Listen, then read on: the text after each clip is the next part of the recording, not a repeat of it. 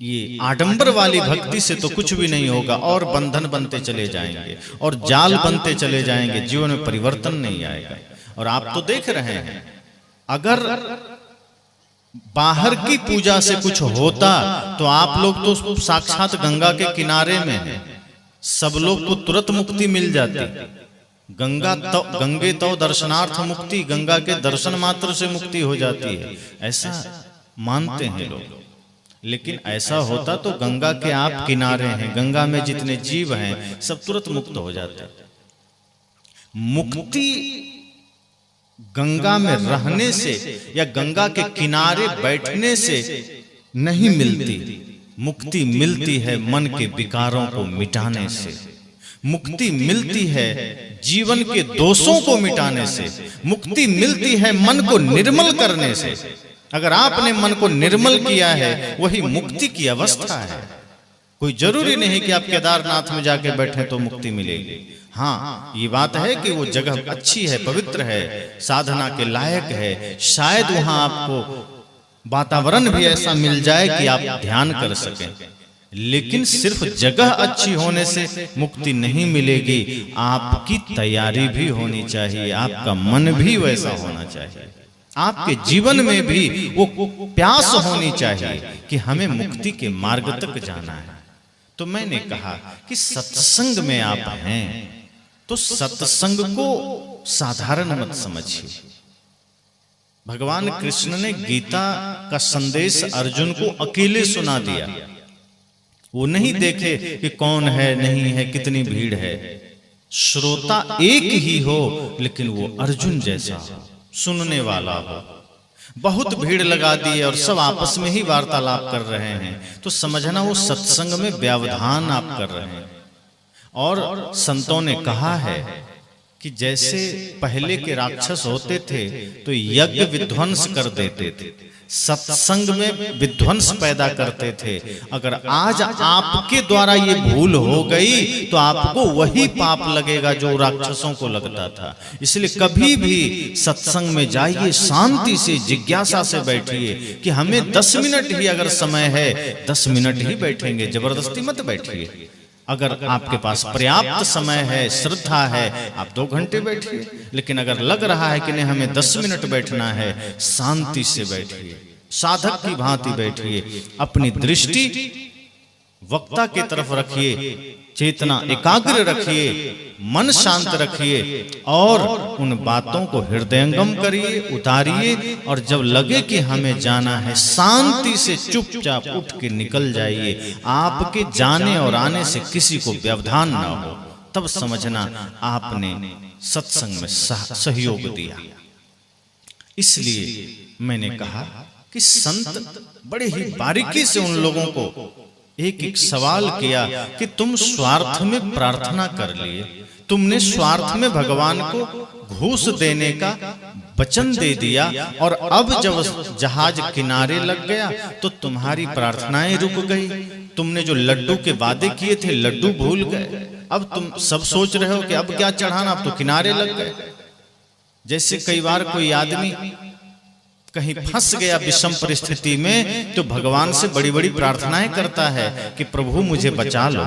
अगर तुमने बचा लिया तो मैं मंदिर बनवा दूंगा, तो प्रसाद बंटवा दूंगा, भंडारा करवा दूंगा।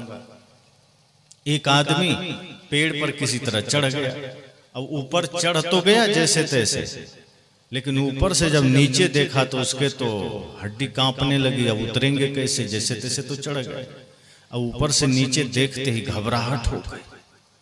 अब वो सोचता है, हे प्रभु एक बार मेरे ऊपर कृपा कर दो, अगर मैं नीचे उतर गया 1 लाख रुपया अभी मंदिर में जाके दान करूंगा।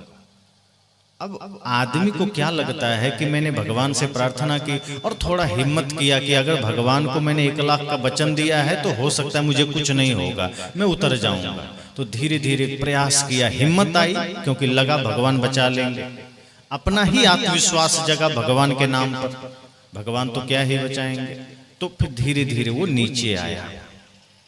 बहुत हद तक नीचे जब आ गया तब देखता है कि अब तो लगता है काफी नीचे आ गए हैं, 1 लाख रुपया कुछ हम ज्यादा बोल गए हैं। अभी थोड़ा सा है नहीं पैसा, इतना हम दे नहीं पाएंगे। और वैसे भी भगवान को 1 लाख रुपए की क्या जरूरत है, उनको तो बहुत लोग चढ़ाता होगा। हम बोल गए उत्साह में, इतना नहीं हो पाएगा, भगवान क्षमा करना। 51,000 तो बिल्कुल चढ़ा देंगे अगर हम सही सलामत उतर गए तो। देखिए आधा उतरा नहीं कि भगवान से डिस्कस चलने लगा, बिजनेस बुद्धि, व्यापार वाली बुद्धि वहां भी चल रही है। उसके बाद संकल्प लिया कि भगवान क्षमा करना, 1 लाख तो नहीं, आपको वैसे भी जरूरत नहीं है, क्या करोगे, हम गरीब आदमी। अगर हम सही सलामत उतर गए, पक्का बोल रहा हूं 51,000 दे दूंगा। उधर से कोई भगवान नहीं है जो बोले कि तुमने झूठ बोला, नहीं हम नहीं उतारेंगे। मन ही मन उत्तर भी बना लिया कि चलो भगवान ने मानो स्वीकार कर लिया। अब फिर प्रयास किया, धीरे धीरे हिम्मत से उतरने लगा। अब लगभग 25% बचा। अब देखता है कि अब तो हम बहुत निकट आ गए हैं। कहा 51,000 कोई ज्यादा नहीं हो गया, इतना भी हम दे पाएंगे क्या, और भगवान इतना का भी क्या करेंगे। और वैसे भी भगवान को देने वाले बहुत हैं, 11,000 में भी तो काम बन सकता है, भगवान ही तो हैं, सब पर करुणा करते हैं, हम 11,000 ही दे लेंगे। का भगवान क्षमा करना। जल्दी उत्साह में, डर में, भय में बोल गए 51,000, क्षमा करना, हम 11,000 पक्का आपको चढ़ा देंगे, कृपा करना हम सही सलामत उतर जाएं। फिर प्रयास किया, धीरे धीरे उतर गया। अब एकदम लगभग उतरने ही वाला था, आधा मतलब 10% बचा। तब कहता है 11,000 भगवान, इतना भी देना जरूरी है क्या?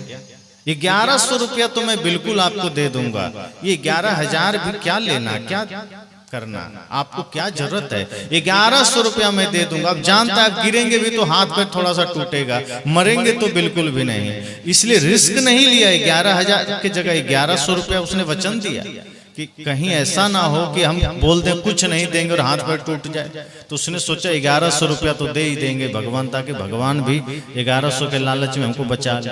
अब वो धीरे धीरे प्रयास किया, एकदम नीचे जब उतर गया तो ऊपर देखा, कहा भगवान क्या करेंगे आप 1100 का, आप तो भगवान हैं। और एक बात कहता हूं भगवान, आज के बाद मैं ना इतना ऊंचा कभी चढ़ूंगा, ना मैं 1 रुपया आपको दूंगा, कोई मतलब नहीं, इसलिए जाओ। ये हमारी भक्ति होती है। अब बिल्कुल यही बात हर किसी के जीवन में है। जब आपके जीवन में कोई कष्ट आ जाता है, कोई बाधाएं आ जाती है, आप देखिए मंदिरों में भीड़ लग जाते हैं, प्रार्थनाएं शुरू हो जाती है, हवन शुरू हो जाते हैं, जाप शुरू हो जाते हैं।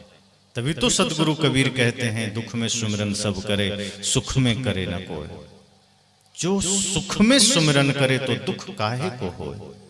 सुख के समय भी अगर आपने भगवान को स्मरण रखा, अर्थात गुरु को स्मरण रखा, गुरु के वचनों को, भगवान के वचनों को स्मरण में रखा, याद किया, तो जीवन में कभी दुख ही नहीं आएगा।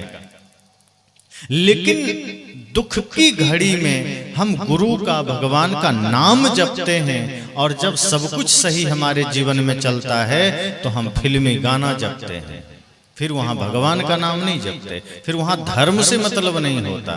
फिर तो हमारे पास समय है पार्टी करना, नाच करना, दुनिया भर के सारे उटपटांग हरकतें करना। साहब तो कहते हैं, श्वास श्वास में नाम लो, वृथा श्वास न खोए, ना जाने यह श्वास का आवन हो न हो। सदगुरु कहते हैं, श्वास श्वास में एक भी श्वास खाली नहीं जाना चाहिए। संसार का चिंतन मत करना, हर श्वास में प्रभु का, गुरु का नाम हो, सप्तनाम हो, जय गुरु हो, सदगुरु शरणम हो, सदगुरु नमः हो, अर्थात आपके मन में पवित्र चिंतन हो। गुरु नाम से मतलब, भगवान के नाम से मतलब पवित्र भाव हो, पवित्र चिंतन हो, सदचिंतन हो, जगत कल्याण का भाव हो, प्राणी मात्र के प्रति प्रेम का भाव हो। ये हर पल होना चाहिए, समय काल खंड के लिए नहीं होना चाहिए कि 1 घंटे के लिए धार्मिक बन गए, कि 1 घंटे के लिए पुजारी बन गए। 24 घंटे धार्मिक बनिए। सुबह मंदिर गए तो धार्मिक बन गए, घर आए तो पूरा एकदम अधार्मिक हो गए। 1 घंटे मंदिर गए, पुजारी बन गए, घर आए तो फिर वही चालबाजी, वही कपट, वही मेरा तेरा, वही हिंसा के भाव, वही क्रूरता, वही लड़ाई, वही झगड़े। मुख खुलते हैं तो हम किसी के लिए अपशब्द बोलते हैं। किसी ने गाली दी, हम भी पलट के गाली दे दी। फर्क क्या रहा? अब रास्ते में आप कहीं जा रहे हैं, अचानक आपको देखकर कुत्ता भौंकना शुरू कर दिया, तो आप क्या करते हैं? जैसे उसने भौंकना शुरू किया, आप भी रुक के भौंकना शुरू करते हैं कि साइड होके निकल जाते हैं? लेकिन व्यवहारिक जगत में आप ऐसा नहीं करते। गधे ने लात मार दी तो हम सोचते हैं हम भी लात मार दें, फिर गधे में और फर्क क्या रहा? कुत्ते ने भौंकना शुरू किया, हम भी भौंकने लगे, फिर दोनों में फर्क क्या रहा? आदमी होने का मतलब यह है कि अगर किसी ने गाली भी दिया है तो आप पलट के गाली मत दीजिए। अगर किसी ने अपशब्द कहा है, आप पलटकर अपशब्द मत कहिए। किसी ने गाली दिया, आप मत लीजिए। पकड़ के लेते ही क्यों हैं? पहले लोग पत्र भेजते थे, मोबाइल का जमाना नहीं था, फोन का जमाना नहीं था, पत्र भेजते थे, और अगर वो पत्र स्वीकार कर लिया जाता था तो आपको सूचना मिलती थी। कई लोग पत्र लेते ही नहीं थे, तो पत्र जो भेजता था वापस बेरंग चला जाता था। किसी ने आपको गाली दिया, आप स्वीकार कर लिए तो गाली आपके पास आ गई। कोई गाली दे, आप कहिए नहीं मुझे नहीं लेना, तुम्हारा गाली तुम्हारे पास। अब लेते ही क्यों है? अगर आप लेना बंद कर दें तो आपको गाली का जवाब गाली में देने की जरूरत नहीं है। लेकिन हमारे मान प्रतिष्ठा है, आदमी कहता है हम कमजोर थोड़े, किसी की हिम्मत कैसे हो गई गाली देने की? अरे भाई गाली लेते ही क्यों हैं आप? मत लीजिए ना। जिसकी वस्तु है उसी के पास छोड़ दीजिए।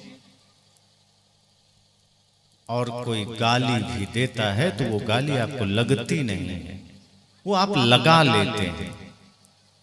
जैसे ज्ञान के शब्द अगर गुरु हमें देते हैं तो उसे हम स्वीकार नहीं कर पाते हैं। जो करना चाहिए उसे हम छोड़ देते हैं। सत्संग में ही कि गुरुजी यहीं सुने यहीं झाड़ दिए, क्या करना ज्ञान को। लेकिन कोई गाली दे दिया तो हम गांठ बांध करके जन्म जन्म तक याद रखते हैं कि किसी ने गाली दिया था, किसी ने झगड़ा किया था। शुद्ध जीवन जीने का अर्थ यह है, सत्संग में आने का अर्थ यह है कि एक एक चीज पर सोचिए कि अगर कोई गाली भी दिया मत जवाब दीजिए, किसी ने आलोचना किया मत जवाब दीजिए। अगर भीतर क्रोध पैदा हो रहा है, इसका मतलब अभी हम धर्म से, पूजा से, सत्संग से दूर हैं। वो 1 घंटे के लिए हम धार्मिक हो गए। मंदिर में है तो भक्ति भाव में है, सत्संग में है तो भक्ति भाव में है, घर गए तो वही झगड़ा है, वही लड़ाई है, वही झूठ है, छल है। तो जीवन में समझना कि सत्संग भी एक तरह से बाहर बाहर ही चल रहा है। संत ने कहा कि तुम्हारी पूजा बाहर से चल रही है, तुम्हारा सत्संग बाहर से चल रहा है, तुम्हारी प्रार्थना बाहर से चल रही है। वो भीतर कहां प्रवेश किया? जिस दिन प्रार्थना भीतर प्रविष्ट हो जाएगी उस दिन स्वार्थ में कुछ भी नहीं होगा। अभी तो आप अपने बच्चे की सेवा भी स्वार्थ में करते हैं। अधिकांश लोग क्या सोचते हैं कि अगर मेरा बच्चा बढ़िया पढ़ लिख जाएगा, नौकरी पा जाएगा तो बुढ़ापे में मेरी सेवा करेगा। यही तो सोचते हैं। किसी ने ये सोचा कि वो करे न करे सेवा उसकी बात, मेरा फर्ज है, मेरा कर्तव्य है, मेरा धर्म है, हम उसको पढ़ा देंगे। और मैं क्या पढ़ाऊंगा? उसका है, उसको दे देना है, मैं तो माध्यम हूं। अगर एक पिता या माँ ये सोच ले कि मेरे बेटे के प्रति जो मेरा कर्तव्य है मैं सिर्फ उसको निभा रहा हूं या हम उसको निभा रहे हैं, उसकी बात वो जाने, उसकी इच्छा हो करे सेवा, ना करे हमें कोई दिक्कत नहीं।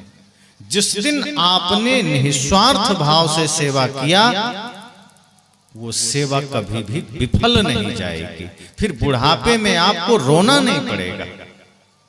सेवक आपको तैयार मिलेगा, आपकी सेवा जरूर होगी।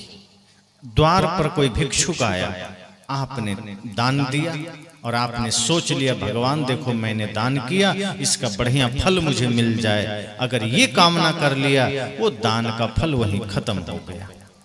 सदगुरु कहते हैं आप कुछ भी करिए, कामना मत करिए। यहां तो एक एक पूजा में हम कामना कर लेते हैं। ठीक से हम मंदिर भी नहीं जा पाते, हम पहले से ही सोच लेते हैं कि हम तो मंदिर जा रहे हैं, भगवान कृपा करना हमको वैकुंठ मिल जाए। यहां एक दिन भूखा आपको रहना पड़ जाए, आप उसको भी उपवास और व्रत मान लेते हैं कि चलो आज मैंने भूखा रह लिया, भगवान देखो कृपा करना। भगवान कृपा क्यों करेंगे? आप भूखे रह लिए, क्या हो गया भगवान को उससे?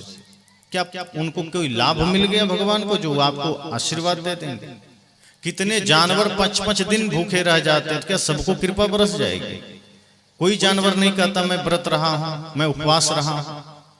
कितने जानवर हैं जो खाने को नहीं मिलते, हम तो रोज खा रहे हैं। और एक दिन किसी कारणवश हम भूखा रह भी लिए तो फिर भूखा कहाँ रहते, नींबू पानी दिए जा रहे हैं। बहुत कम लोग हैं जो बढ़िया तरीके से उपवास रह पाते हैं।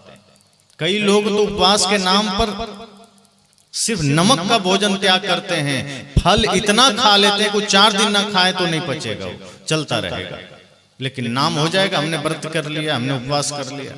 साबूदाने का खीर खा लेंगे, शरबत पी लेंगे, कुछ मीठा खा लेंगे, फल खा लेंगे। अब कुछ लोग हैं जो प्योर उपवास रह लेते हैं। इससे शरीर को लाभ तो है, लेकिन आपके भूखा रहने से ये कोई धार्मिक कृत्य नहीं हो गया कि भगवान खुश हो जाएं। भगवान खुश कब होते हैं? जब शरीर से मतलब नहीं है उनको, मतलब है जिस दिन आपका मन क्रोध से रहित हो जाएगा, जिस दिन आपका मन हिंसा से रहित हो जाएगा, अर्थात जब आपकी यात्रा हिंसा के मार्ग पर बंद हो जाए। यही तो कहा था बुद्ध ने अंगुलीमाल को, जब अंगुलीमाल ने कहा कि ठहर जाओ, तो बुद्ध ने कहा पलट करके कि मैं तो ठहर गया हूं, तुम कब ठहरोगे? अंगुलीमाल को हैरानी हुई कि चल तो ये रहा है, उल्टा मुझे कह रहा है ठहर जाओ, मैं तो रुका हुआ हूं। कूद कर सामने आया, कहा क्या बात कर रहे हो, चल तुम रहे हो, मुझे कह रहे हो तुम ठहर जाओ। बुद्ध ने कहा कि तुम्हें दिख रहा होगा मेरे कदम चल रहे हैं, ये शरीर चल रहा है, पर मैंने शरीर की बात नहीं की है, मेरा मन रुक गया है। अब मैं हिंसा के रास्ते पर नहीं हूं, अब मैं क्रोध के रास्ते पर नहीं हूं, अब मैं अन्याय के मार्ग पर नहीं हूं, अब मैं छल कपट चोरी हिंसा व्यभिचार के रास्ते पर नहीं हूं, अब मैं प्रेम के मार्ग पर हूं, अब मैं भक्ति के मार्ग पर हूं। लेकिन मैं तुम्हें देख रहा हूं कि तुम हिंसा के मार्ग पर दौड़े चले जा रहे हो, तुम कामना के मार्ग पर दौड़े चले जा रहे हो, तुम छल कपट के रास्ते पर दौड़े चले जा रहे हो। तुम बता तू कब रुकेगा? पहली बार किसी ने झकझोरा था, उसको होश आ गया कि सच में मैं हिंसा के मार्ग पर दौड़ रहा हूं, सच में मैं कपट छल के मार्ग पर दौड़ रहा हूं, चोरी के मार्ग पर दौड़ रहा हूं, व्यभिचार के मार्ग पर दौड़ रहा हूं। इसी तरह से हमारी भी यात्रा दिन रात छल कपट के रास्ते पर है, दिन रात कचड़े में हम जा रहे हैं। तो अगर आप चाहते हैं सच्चे अर्थ में उपवास हो जाए, सच्चे अर्थ में व्रत हो जाए, तो मन को साध लीजिए, इंद्रियों को वश में कर लीजिए। सदगुरु कबीर तो कहते हैं कि आप अगर सच्चे अर्थ में एकादशी व्रत करना चाहते हैं, तो एकादशी व्रत का मतलब ये नहीं कि उस दिन आप भूखा रह जाइए। अगर एकादशी व्रत करना है तो 5 कर्मेंद्रियां, 5 ज्ञानेंद्रियां और 1 मन, इन सबको वश में कर लेना, 11 को समझना एकादशी व्रत।